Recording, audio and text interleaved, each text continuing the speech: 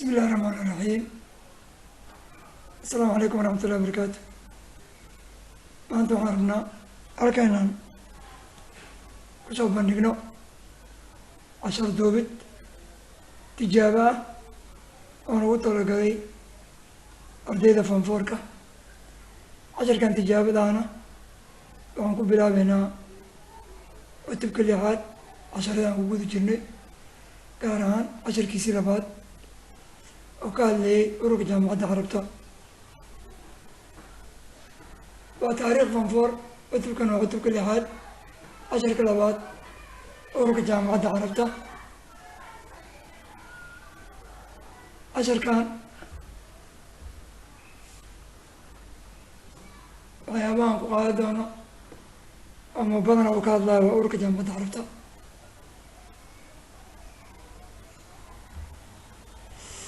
fikradda ah in la sameeyo ururka jaamacadda carabta waxaa soo jeediyey Jamaal al-Diin al-Afghani si loogu mideeyo muslimiinta. ururkan fikraddiisa waxaa iska lahaa ninkan la yihahdo Jamaal al-Diin al-Afghani. waa ninka sawirkiisa halkaas inkaga muuqda, aada u jeedaan.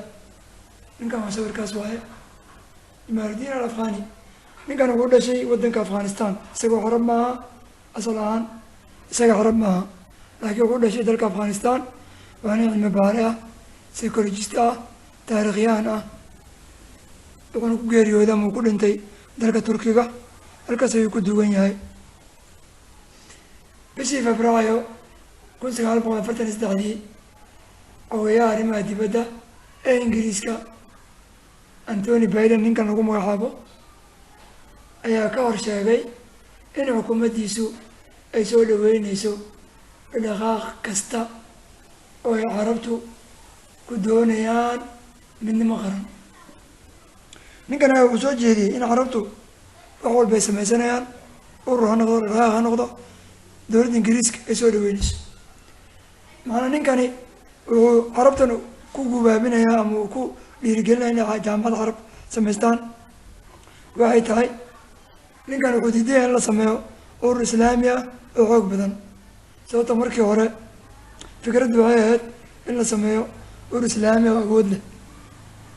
marka waddamada islaamka marka la fiiriyo waxaa jira waddamo islaam oo awood leh sida Turkiga, Iiraan, waddamo kala soo raacay Afghanistan ayaa ka mid ah. waxaa kaloo ka mid ah Azerbaijan, waddamadii Ruushka gooy, Chechnya. marka waddamo badan ayaa soo galaya Yurub oo kale, Bosnia, Albania, Kosovo, waddamo badan ayaa soo galaya islaam hadilo. marka Ingiriiska taasuu diidanaa.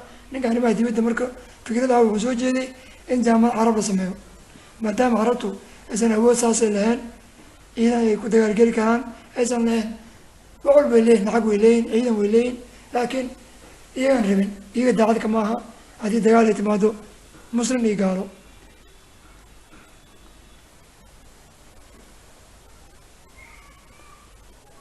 toddoba dal oo carbeed ayaa isku raacay in la asaaso ururka jaamacadda carabta.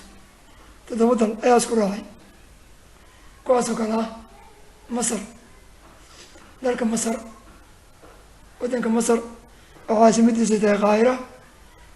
waxaa kaloo isku raacay ku xiga Sacuudi Carabiya oo isagana caasimadiisa tahay Riyaad. dalka Ciraaq ayaa ka mid ah 7 waddan oo isagana caasimadiisa ay tahay magaalada Baqdaad. suuriya oo caasimadiisu tahay Dimashq. urdun oo caasimadeeda tahay Ammaan. lubnaan oo caasimadeeda tahay Beirut. iyo Yemen oo caasimadeeda tahay magaalada Sanca. 7 waddan oo carbeed ayaa markii dambe isku raacay inay aasaasaan oo ay sameeyaan ururkan jaamacadda carabta. la soxo ninkan al-Afghani aan soo marnay haddaan ka sheekeynaynay, asaga wuxuu keenay fikirka bis. fikradda in la sameeyo urur islaami ah ama jaamacad carab mid walba ha noqdo ay ku midaysiin waddamada islaamka, waddamada muslimka. laakiin 7 waddan ayaa si rasmi ah u aasaasay una sameeyey ururka jaamacadda carabta. haddaba goorma la aasaasay marka ururka jaamacadda carabta? 7 waddan goormay aasaaseen, goormay sameeyeen? ila soco. ururka jaamacadda carabta waxaa la asaasay bishii October ayaa la asaasay sanadkii 1945. buugga meelo badan oo qoraa 1944 laba taariikh buu qoraa iyo 45. laba taariikhna waa sax, labada bay sax yihiin. mar nidaamka taariikhda marka la fiiriyo, cilmiga taariikhda nidaamka marka la fiiriyo, labada taariikh hadday isku dhow yihiin labada baa la qaadanaa oo waa sax haddaysan farqi u dhexin, taariikh u dhexin. hadda 1944 uu leeyahay buugga, marna wuxuu leeyahay 1945. marka labadan taariikh waxba uma dhexeeyo, laakiin haddii aan leh 42 iyo 45 waa xoogaa farqiga u dhexeeyo. haddii aan leh 43 iyo 45 weli farqiga u dhexeeyo, waa 44 u dhexeeyo. markaa shaki badan imaan lahaa, jawaabta rasmiga la qaadan lahaana waxay noqon lahayd in la isku afgarto. laakiin middan basiit way fududahay. 44 buugga uu qoraa, 45 uu qoraa, labadaba waa sax marka la fiiriyo nidaam ahaan taariikhda xaggeeda, sharciga taariikhda. laakiin buuggan taariikhda ayuu qoray oo ah 1945, taas ayaana saxan mar walba. xeer dhaqameedkii Iskandariya ee lagu asaasay ururka jaamacadda carabta. xeer dhaqameedka Iskandariya ee lagu asaasay ururka jaamacadda carabta.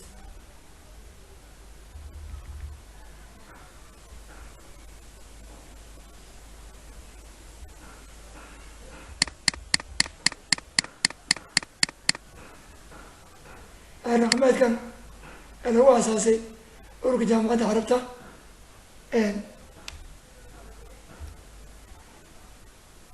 waa nidaamkii ama sharcigii ay samaysteen ururkan jaamacadda carabta. waayo urur haddii la sameynaya mar walba waxaa la rabaa xeerarkii, dastuurkiisa, nidaamkii, sharcigii la raaci lahay in la sameeyo marka ugu horeyso. taasa ugu horeysa intaan la sameyn.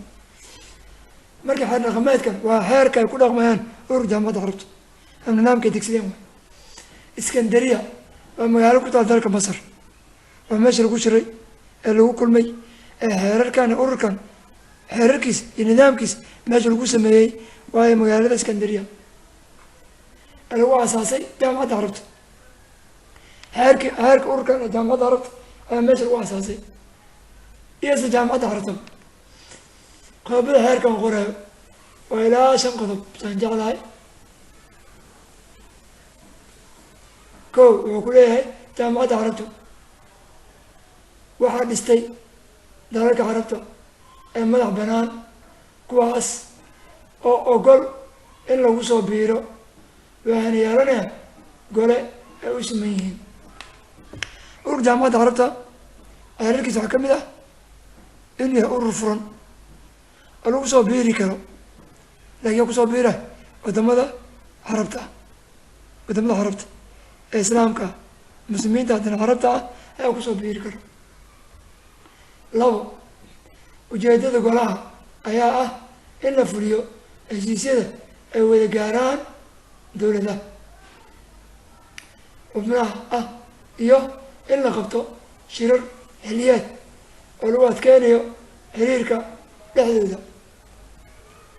qodobka labaad wuxuu leeyahay ujeedada golaha ayaa mar walba ah in la fuliyo heshiisyada ay wada gaaraan dowladaha xubnaha ka ah. dowladaha ururka jaamacadda carabta ku jira haddii heshiis gaaraan, ha noqdo heshiis dhaqaale, mid ganacsi, mid iskaashi, mid siyaasadeed, mid waxbarasho, mid caafimaad, mid horumar, dhan walba heshiisyadaas in la fuliyo ujeedkiisa waa sidaa.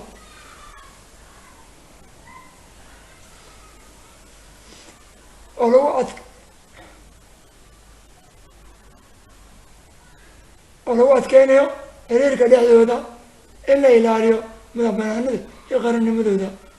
qodobka 3 go-aanada golaha wuxuu waajib ku noqonayaa dowladaha ogol. qodobada xeerkan la sameeyey ee ururka jaamacadda carabta loo sameeyey wuxuu waajib ku yahay wadamada ku jira ururka jaamacadda carabta ee kusoo biiray ee ogol xeerka inay ku dhaqmaan ay waajib ku yahay. 4 lama ogola in arrinta khilaafaadka u dhexeeya laba dowladood oo ka mid ah ururka jaamacadda carabta loo adeegsado xoog.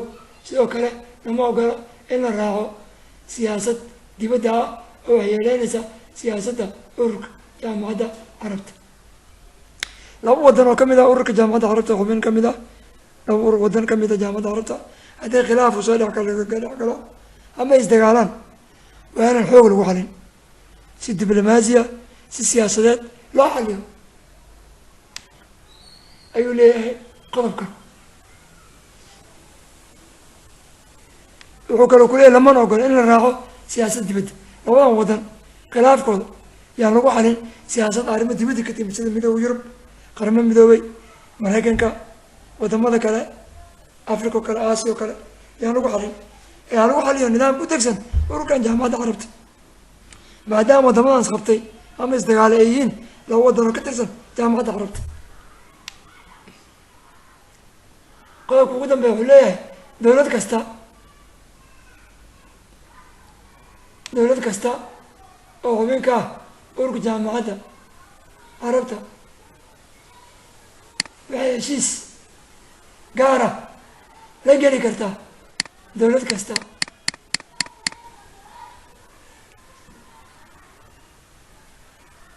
waxay heshiis gaara la geli kartaa dowlad kasta.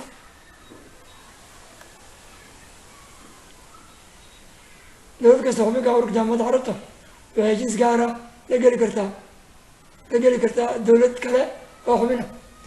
maanaha ururka jaamacadda carabta wadan ku jiro isla wadan kaleo jaamacadda carabta ku jiro heshiis gaara oo jaamacadda carabta shaqo ku laheen jaamacadda carabta aysan soo faragelinaynin qofka aan wadankaas ula geli karo heshiis maana heshiis sidaasa wadankaas oo ula geli karaa.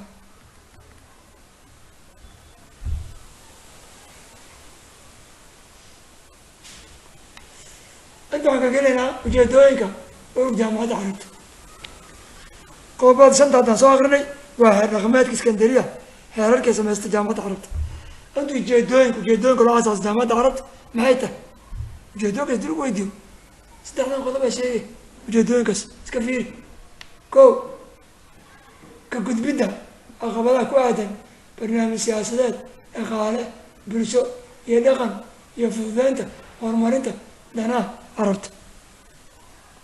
ujeedooyinka jaamacadda carabta loo sameeye waxaa kamid ah kow in laga gudbo caqabadaha dhibaatooyinka ku aadan ama ku saabsan barnaamijyada siyaasadeed. dhanka siyaasadda caqabad ay ka timaado sidii loo xalin lahaa. dhaqaale darab dhibaato xagga dhaqaalaha ku dhacday wadamada carabta in la xaliyo. bulsho arrimaha bulshada ayaa dhibaato saameysa sida wadan kamid a wadamada jaamacadda carabta ayaa waxaa ku dhacay abaar, waxaa ku dhacay dhul gariir, waxaa ku dhacay fatahaadyo duufaano. waa in caqabadaas laga hortagaa oo wadamadaas loo gargaaraa oo wadamadaas gacan la siiyaa lagala qayb qaataa dhibaatada ku dhacday mana iyo dhaqankooda iyo fududeynta in la fududeeyo horumarinta danaha carabta. wax alla wixii dan ugu jirta wadamada carabta in la fududeeyo la dedejiyo aan la adkeyn shuruudo la isku xirin aan la iska hor imaanin aan la isxasdin taasoo baneed. qodobka labaad isku dumidda aragtida siyaasadeed ee dowladaha xubnaha ka jaamacadda carabta. isku dumid maxaa way in laisdhexgeliyo oo nidaam loo sameeyo laisku dubo laisku hagaajiyo aragtida siyaasadeed. ila wadan walba siyaasad gooni u leeyahy wadan walba aragtida fikir gooni u leeyahy. aragtida iyo fikirka iyo siyaasadda ee leeyahay ururkan jaamacadda carabtu waa inuu noqdaa mid wax xaliya mid iyaga danooda ka shaqeeya mid aan iska hor imaanin waa inuu noqdo muxuu. qodobka saddexaad wuxuu leeyahay oo ujeedooyin kamid ah xalinta khilaafaadka ka dhex dhasha xubnaheeda oo ururka jaamacadda carabta wadamada ku jira gudaheeda waa in la xaliya macnaha khilaafaadkooda gudaha laga xaliya. saddexdaas qodob waay ujeedooyinka dowladaha xubnaha ka ah ururka jaamacadda carabta hadda waa 22 dal. wadamada ku jira jaamacadda carabta waa 22 dal 22 dal waa bis oo kala ah waa jaantiska wuxuu kutusayaa oo meeshan kuugu yaalo kan wuxuu kutusayaa 22 dal ee jaamacadda carabta ku jiray. 7 wadan ugu soo horeey waa kuwana masar, urdun, ciraaq, suuriya lubnaan sacuudi carabiya yemen toddobadan waa maxay waa aasaaseen inta fiiri dhammaan waa aasaaseen goormay aasaaseen sanadkaas 45 yemen ay ka dambeeya oo wadamada kusoo biiray libiya 1953 kusoo biirtay suudaan 1956 kusoo biirtay morocco 1958 kusoo biirtay tunisia 1958 kusoo biirtay iyadana kuwait 1960 kusoo biirtay algeria 1960 kusoo biirtay baxrain 1931 kusoo biirtay baxrain iyo qatar iyo imaaraadka iyo cumaan wadamada khaliijka way dhammaan waxaa kusoo biireen 1971 afartan wadan mauritania waxay kusoo biirtay 73 soomaaliya wadankeena wuxuu kusoo biiray 1974 falastiin waxay kusoo biirtay 1976 jabuuti waxay kusoo biirtay 1977 comoros waa wadanka ugu dambeeyay oo kusoo biiray jaamacadda carabta wuxuu kusoo biiray 1993 ayuu kusoo biiray isagana ururka jaamacadda carabta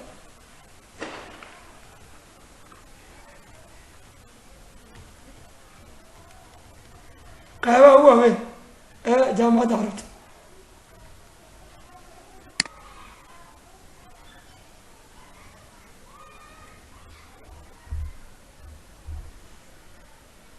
inta waxaan ka gelaynaa qaybaha ugu waaweyn ee ururka jaamacadda carabta qaybaha ugu waaweyn ee jaamacadda carabtu waxaana laga hadlaa qaab dhismeedkeeda qalmo midow qaab dhismeedkeeda waa soo oranay jaamacadda carabta qaab dhismeedkeeda manaa qaybaha ugu waaweyn marka lagu leeyahay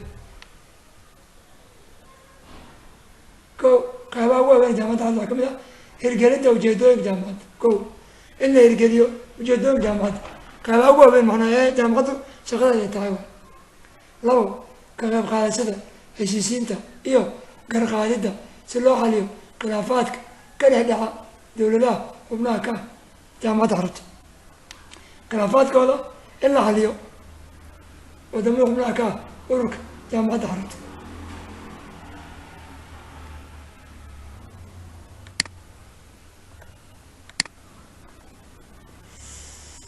saddex waxaa kaloo ka mid ah qaadidda tallaabooyin looga hortagayo gardaro kasta oo lagula kaco mid kamid a xubnaheeda wadamada carabta dhammaan waa isku raaceen inay tallaabo qaadaan haddii wadan kamid a wadamada jaamacadda carabta gardaro dulmi lagu weeraro gardaro lagula kaco manaa qodobka aan dul istaagna waa eer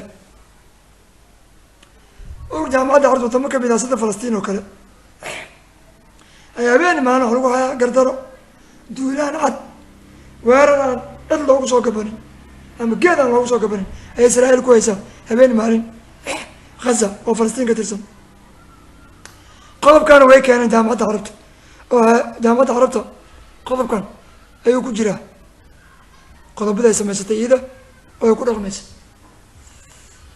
marka tallaabooyinka loogu baahnay inay qaadaan jaamacadda carabta oo 22 dala aaw ma 22 dal hadday duulaan ku qaadaan israa'iil iska celin karta kulata iskama celin karta waa been laakiin wadamadan sacuudiga ku jiro imaaraadka ku jiro qatar ku jirta bahrain cumaan kuwait ya wadamada khaliijka kuwa shidaalka weliba dhammaan maraykankay la jiraan maraykankay nacmley u yihiin maraykankay ka baqayaan ujeedka waa saas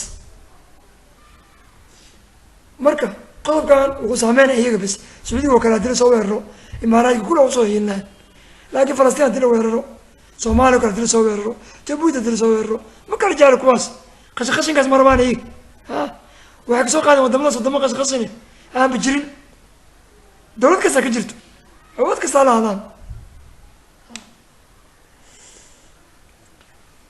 qaybaha waaweyn jaamacadda carabta waxaa kamid ah xogeynta guud xogeynta guud qamida xogeynay leedahay xogeyaha guud ee qarmo midooba leeh mar walba xogeyaha guud ee leedahay jaamacadda carabta waa midkan xogeynta guud waxaa kamid ah waxaa madax u ah nee xogeyaha guud oo soo magacaabayo golaha jaamacadda kadib markay ogolaadaan 3 meelood 2 meel dowladaha xubnaha ka ah shira la qabanaa ururka jaamacadda carabta madaxweynayaasha wasiirada arrimaha dibadda ra-iisul wasaarayaasha dhammaan ayaa kasoo qayb galaya shirkaas.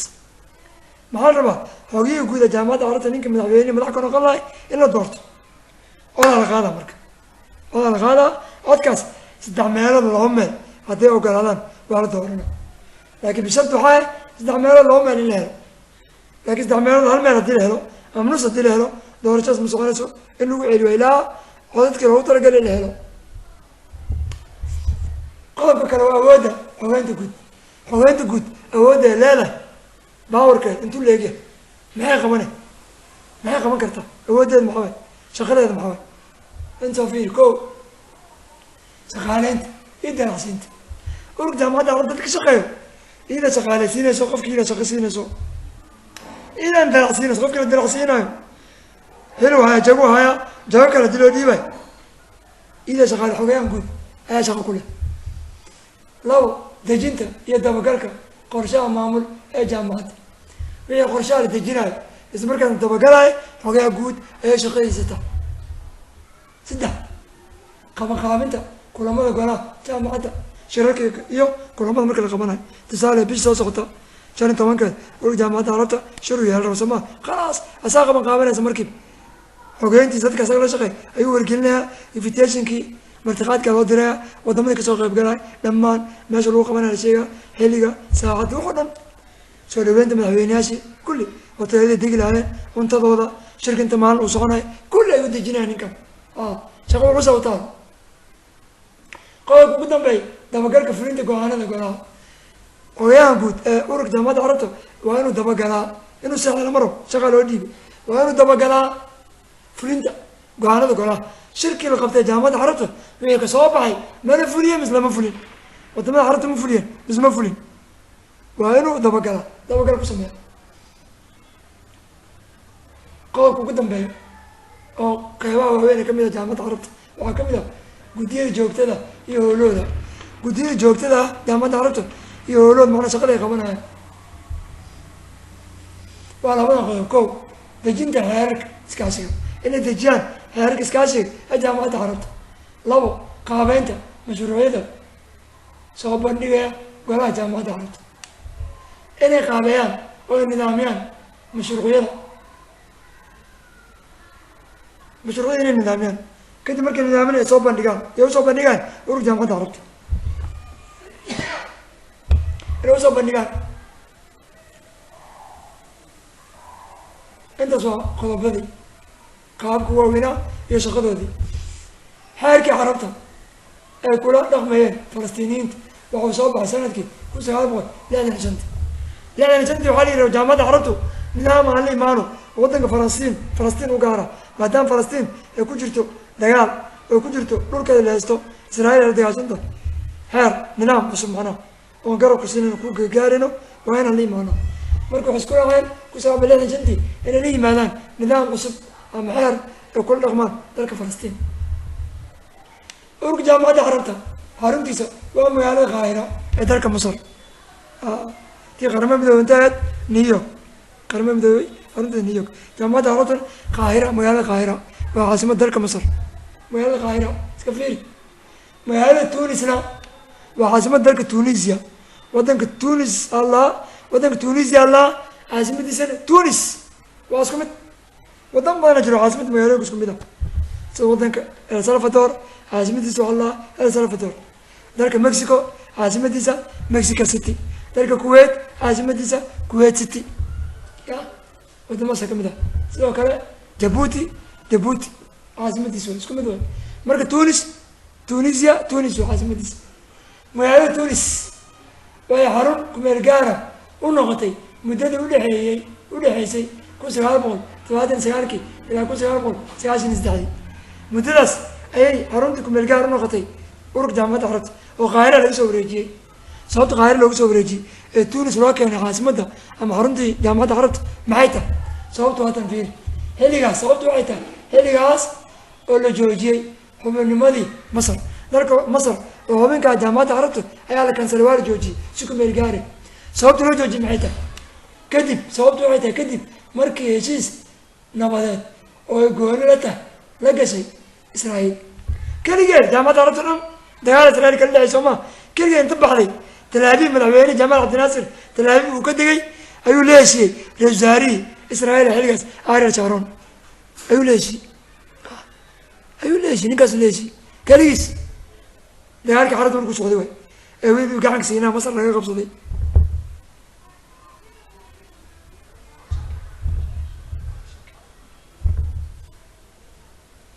أيو ليشي نكاس مركز أيو ليشي مركو حينا كلجة سيجيس ولقش عرفت أنه جوكت سكو مرقارة مركو حبنا لو جوجي عاصمة سكو مرقارة لغا سري قاهرة لغا سري تونس على كان إلا مدرس ما جاكو شقينيس وهذا سيالكي إلا سياشن زاي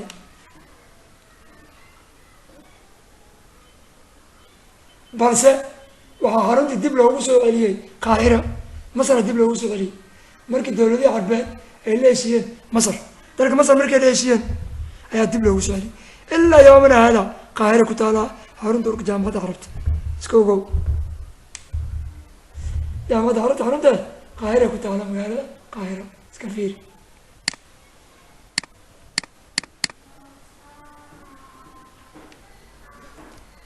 soo koobid gabagabadii casharka intaan waa soo koobid casharku meesha ku ugu dhamaaday laakiin waxyaaba casharka aan ku baranay ama aan ku aragnay ayaan rabnaa inaan xoogaa soo koobno waana casharka guud ahaan qodobadan haddaa xifdiso ama akriso ama si maxaa fiiriso casharka waa ka maarmay inaad soo akriso maantana ku celiso soo koobi casharkana soo koobi maxaa ka mid ah kow fikradda lagu dhisay ururka jaamacadda carabta waxaa la ahaa جمال الدين الأفغاني أو نسي ودن أفغانستان كو لو وعلى أساسي ورجع عرفته في أكتوبر كل سنة أفرتني سنت سده وهو رجع عرفته أساسي تفضل بس أساس ازداد مع اللي احنا ما كفير قلب كفرات وحكوسو بيري ورجع عرفته مركز أساسي كذب وحكوسو بيري عشان تمندل طلبة أساستي عشان تمكسو بيرت saas wuxuu ku naqana 22 dal wadamada ku jira ama ka koobanta jaamacadda carabta qowlka sanaad harunta ururka jaamacadda carabta waa magaalada qaahira wataan sheegay qaahira waa haruntiisa qowlka ugu dambeey mar ayaa harun kumeel gaara looga dhigay ururka jaamacadda carabta magaalada tunis kaadi gabagabadaan soo aqrinayno tunis sababta looga dhigay kulli waa soo aragnay dhammaad casharka intuu ku eegaya marka waxaan rajaynaa insha allah casharkan si fiican u dhegaysataan wax badan aa ka fahmi doontaan insha allah waa kaas niyadiina la isku furo mid kaleeto wixii su-aalaan insha allah saan oo kale ayaan su-aalaha cashar walba usoo daba dhigi doonaa oon usoo duubi doonaa iyagii macal jawaabooda insha allah macal jawaabooda insha allah marka hal meel idinka codsanaya casharkan in ardayda dhammaan ay gaarsiisaan tan kalena comment waa in lasoo qoraa maanaa casharkan nidaamkan usoo duubay juhdigan ku bixiyey waqtiga aan geliyey inkastoo xaliyaha codkayga waa ergabna waa hayaa inaan codkayga si fiican loo maqli waayo waa laga yaabaa taas baan idinka cudur daaranaya laakiin boontiga ugu muhiimsan maxaa waye commentiga inaad soo qortaan in casharadan ustaadu nidaamkan waa samaysay waa nidaam fiican maasha allah mbaamino ninkii rab casharkan wuu isaga noqsanayaa casharkan insha allah waxaan soo dhigi doonaa youtube-ka markaan soo dhigo nin walba uu soo degsanaa mobailka ku shubane waa dhegeysan kartaa waa iska dhegeysan kartaa adoo buugga ka maarma buug meel iska dhigaay buug fiirnin buug kala furnin waxbari haynin haddaa maqaayad fadhiso meelaha joogto haddaa xaafad kale hado haddaa guriga joogto mobailka haddaa farsaa gacanta ku hayso waa iska fiirin waa iska dhegeysani casharkii waa iska dhegeysani haddaa ardan maqala ka dhigan karta problem male laakiin muhiimad maxaa waay commenti soo qor ustaad casharadan maasha allah wayna anficeen nidaamkan waa rabnaa casharada dambe dhimana iyo buugana horta buugana saanka soo dhigi rabaa laakiin casharada idinka idin dhiman casharada wixii dhiman saanka soo dhig waa nidaam fiican idinka idinka rabaa haddaan commenti waayo wala soo qori waayo casharkaana ugu hore kanana ugu dambeey waa joojinaa intaan ku joojina marka insha allah waxaan idin rajeynayaa khayr wasalaamu calaykum waraxmat ullaahi wabarakaatu